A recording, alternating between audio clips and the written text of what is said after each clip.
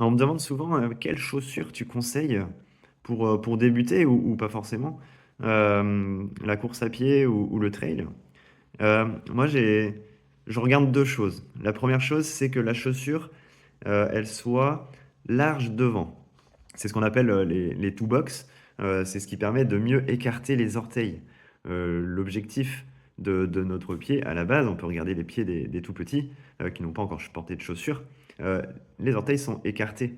Si les orteils sont écartés, ça permet pas mal de petites choses, notamment une meilleure stabilité, une meilleure propulsion.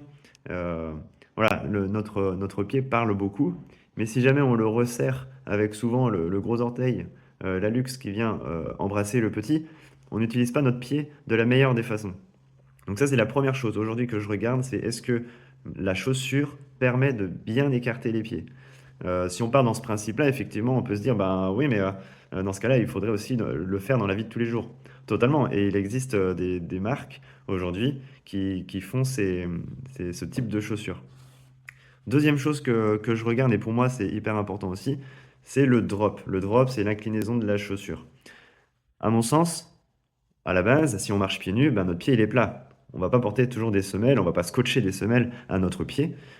Notre pied, il est fait pour être à plat hein, depuis tout le temps. Donc moi, le drop, il est le plus bas possible. Le drop, lui, ben, il va me permettre, si j'en ai pas, justement, de courir plus sur l'avant du pied et de mieux utiliser ben, ce ressort que me permet le tendon et le mollet. Euh, Ça, c'est une foulée qui se rapproche plus facilement d'une foulée naturelle. Je vous parle pas de, ou pas encore, de prendre des chaussures minimalistes ou même des sandales, comme beaucoup ont. Ce n'est pas non plus un effet de mode, hein, ce type de chaussures. C'est vraiment revenir à une foulée le plus naturelle possible. Donc, ben, dans l'idée, c'est pas déconnant, quoi.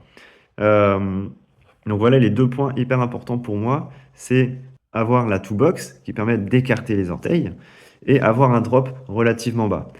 Effectivement, si on n'avait pas l'habitude et on a des chaussures où il y a un drop à plus de 10 par exemple, on passe pas du jour au lendemain à des chaussures sans rien du tout.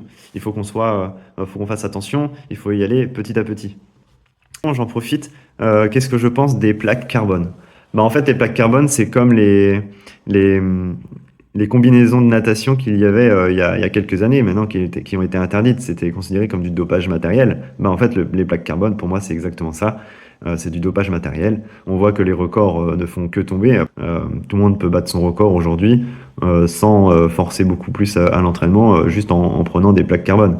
Il y a beaucoup de vidéos qui sont passées que ce soit sur YouTube ou que ce soit sur Insta, sur le fait de plier une chaussure sur le sol et la lâcher, et puis en fait, elle s'envole en fait.